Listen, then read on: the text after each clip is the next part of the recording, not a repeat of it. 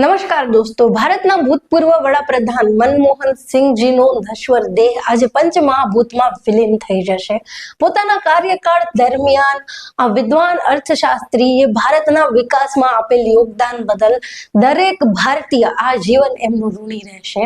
Doctor Manmohan સિંહજીને ભાવભીની શ્રદ્ધાંજલિ આપીએ એ સાથે જ આજે એક અન્ય મુદ્દા ઉપર વાત કરવી છે જે આ સમાચાર વચ્ચે કદાચ દબાઈ ગયો છે. ગુજરાતમાં બનેલી બે જઘન્ય ઘટનાઓ. ગુજરાતના ભરૂચમાં ઝઘડિયા પાસે 10 વર્ષની બાળકી ઉપર ખૂબ જ ક્રૂરતાપૂર્વક બળાત્કાર ગુજારવામાં આવ્યો અને દિલ્હીમાં જેમ નિર્ભયા કાંડમાં બળાત્કાર બાદ જે રીતની ક્રૂરતા આચરવામાં આવી હતી એવું જ કંઈક આ બાળકી સાથે થયું હતું.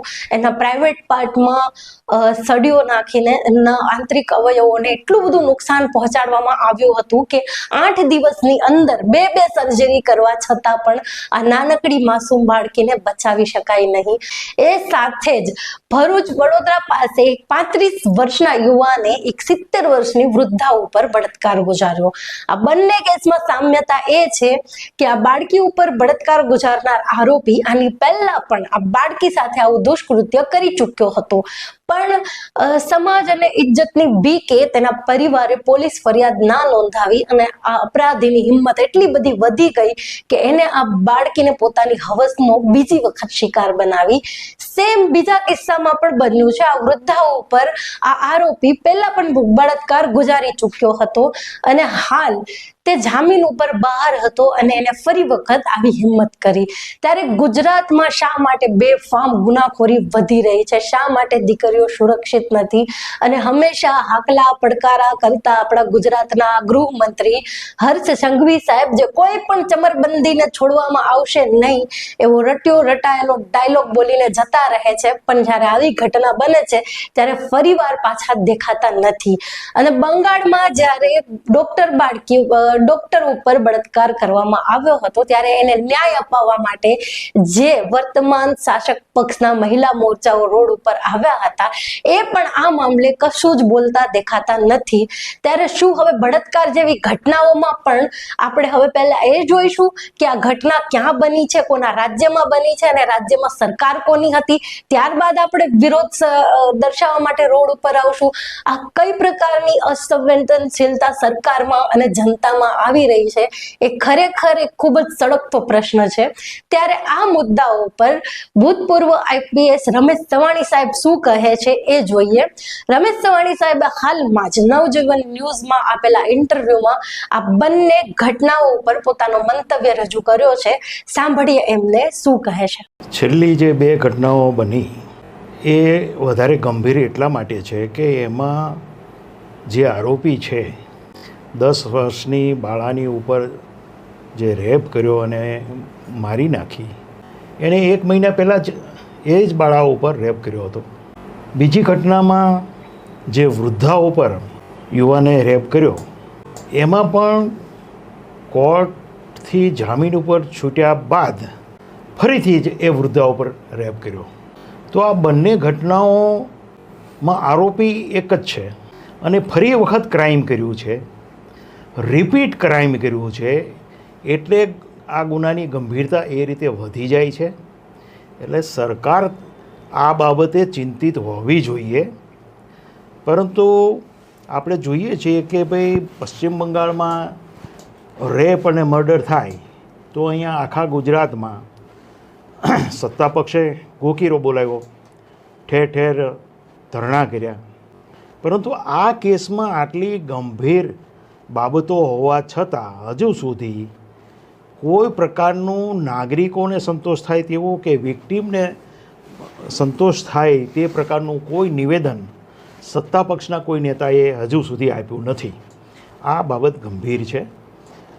એનો અર્થ એમ છે કે સરકારને નાગરિકો પ્રત્યે જે નિસ્બત હોવી જોઈએ એ દેખાતી નથી. જો સરકારને ખરેખર નાગરિકો પ્રત્યે નિસ્બત હોત તો આ બંને ઘટનાઓ બાબતમાં પોલીસે જે તે વખતે કેમ ફરિયાદ લીધી નહોતી, અથવા તો વિક્ટીમ પરિવાર ફરિયાદ કરવા ન આવ્યો પોલીસ સ્ટેશને, માની લઈએ તો પણ વિક્ટીમ પરિવાર આવા ગંભીર કેસમાં પોલીસ સ્ટેશને ફરિયાદ કરવા જતાં કેમ અચકાય છે તે બાબતની તપાસ કરવી જોઈએ. અને બીજા કેસમાં કોર્ટે જામીન આપ્યા બાદ એ જ આરોપી પાછો ફરી જ વૃદ્ધાઓ પર પાછો રેપ કરે છે, તો આ તો અત્યંત જેને કહેવાય કે અત્યંત ખરાબ અને પાશવી કૃત્ય છે. અને આ કૃત્યો અંગે સરકાર ચિંતિત હોવી જ જોઈએ, પણ એવી નિસ્બત દેખાતી નથી.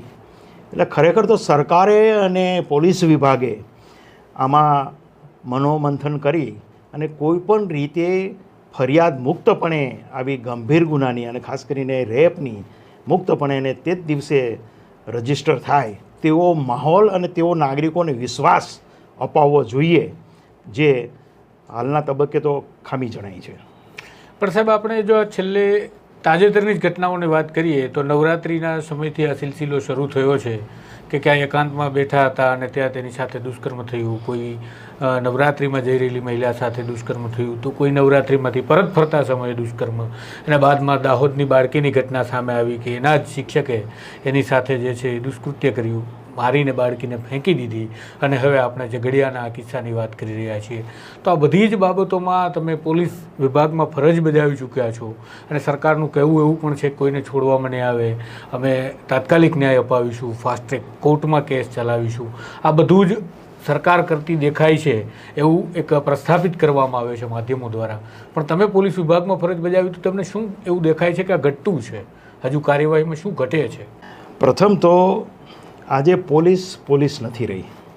પોલીસ જાણે વેઠિયા મજૂર હોય એ રીતે તેની સાથે વ્યવહાર કરવામાં આવે છે.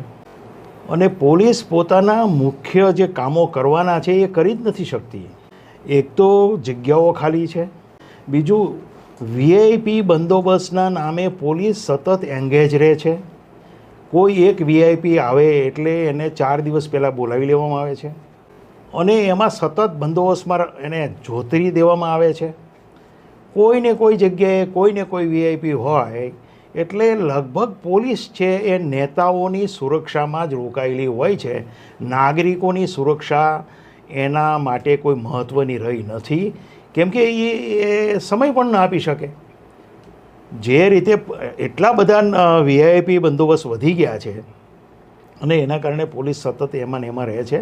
નથી પોલીસ પાસે ગુનાનું વિઝિટ કરવાની એનો સમય નથી રહ્યો, નથી પોલીસ વિલેજ વિઝિટેશન સરખું કરતી, નથી ક્રાઇમ મેમો જે લખે છે એ પણ ઓફિસમાં બેઠા બેઠા લખે છે.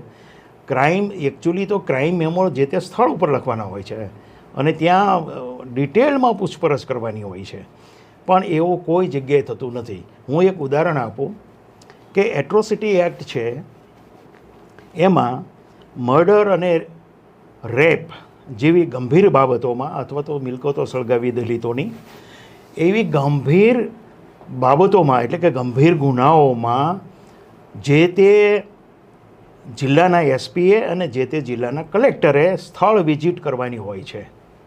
અને સ્થળ વિઝિટમાં શું શું કરવું એના મુદ્દાઓ એટ્રોસિટી એક્ટમાં છે, એના નિયમોમાં પણ છે, પરંતુ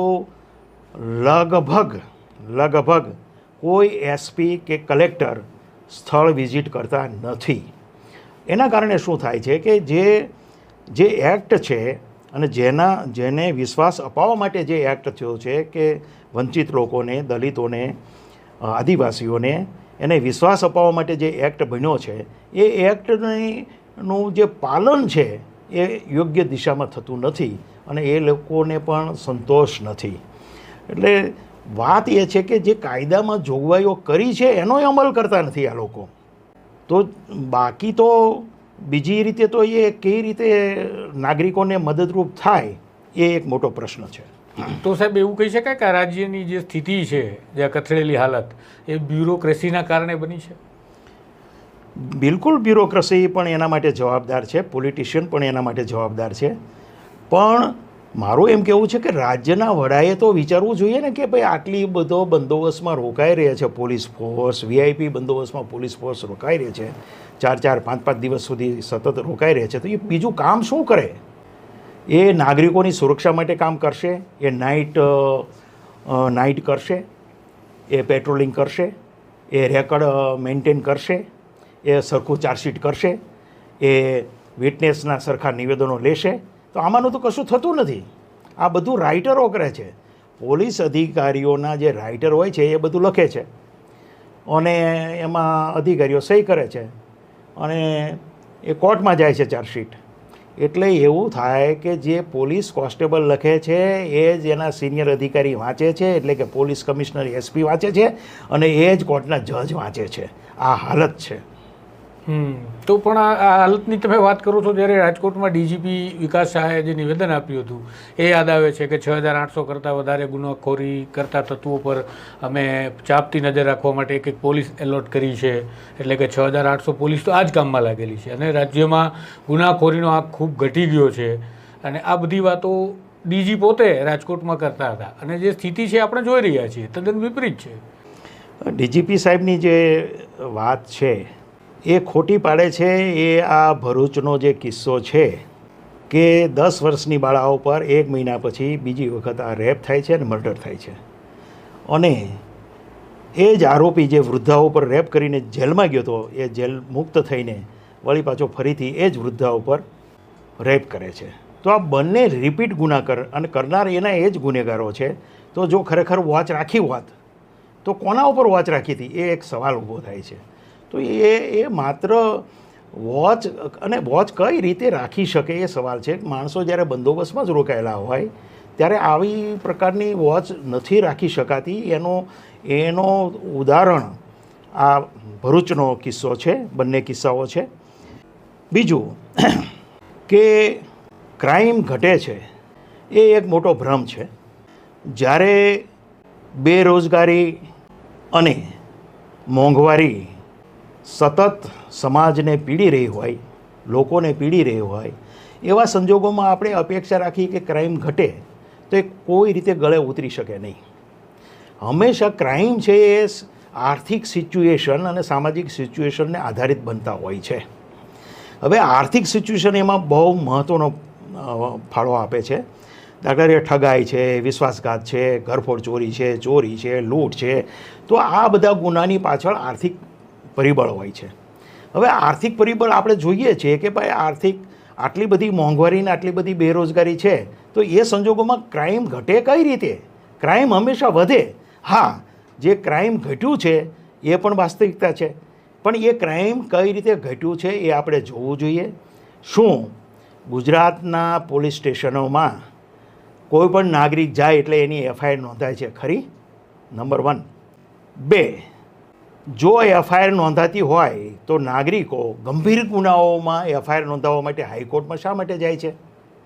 અને હાઈકોર્ટ કે આદેશ કરે પછી FIR નોંધાય છે એ શું સૂચવે છે? એ સૂચવે છે કે સરકાર અને પોલીસ સાચી દિશામાં કામ કરતી નથી, એટલે હાઈકોર્ટે કામ કરવું પડે છે. તો હાઈકોર્ટ જ્યારે એક ઓર્ડર કરે કે આ FIR નોંધો તો એનો અર્થ એમ છે કે પોલીસ તંત્ર કામ નથી કરતું, સરકાર કામ નથી કરતી. પણ આ બાબત કોઈ ગંભીરતાથી લેતું નથી. ખરેખર તો આ બાબત સરકારે ગંભીરતાથી લેવું જોઈએ કે ભાઈ હાઈકોર્ટને FIR રજીસ્ટર કરવાનો હુકમ કેમ કરવો પડ્યો? એવું તો કયો જિલ્લાનો SP છે અને એવી રીતે શું સિચ્યુએશન છે કે હાઈકોર્ટને FIR રજીસ્ટર કરવા માટે હુકમ કરવો પડે? આ તો એકદમ જેને કહેવાય પ્રાથમિક સમજની બાબત છે. પણ આટલી પ્રાથમિક સમજ પણ આપણા નેતાઓ, ખાસ કરીને ગૃહમંત્રી અને મુખ્યમંત્રી સમજતા નથી. એ અફસોસની વાત છે. એટલે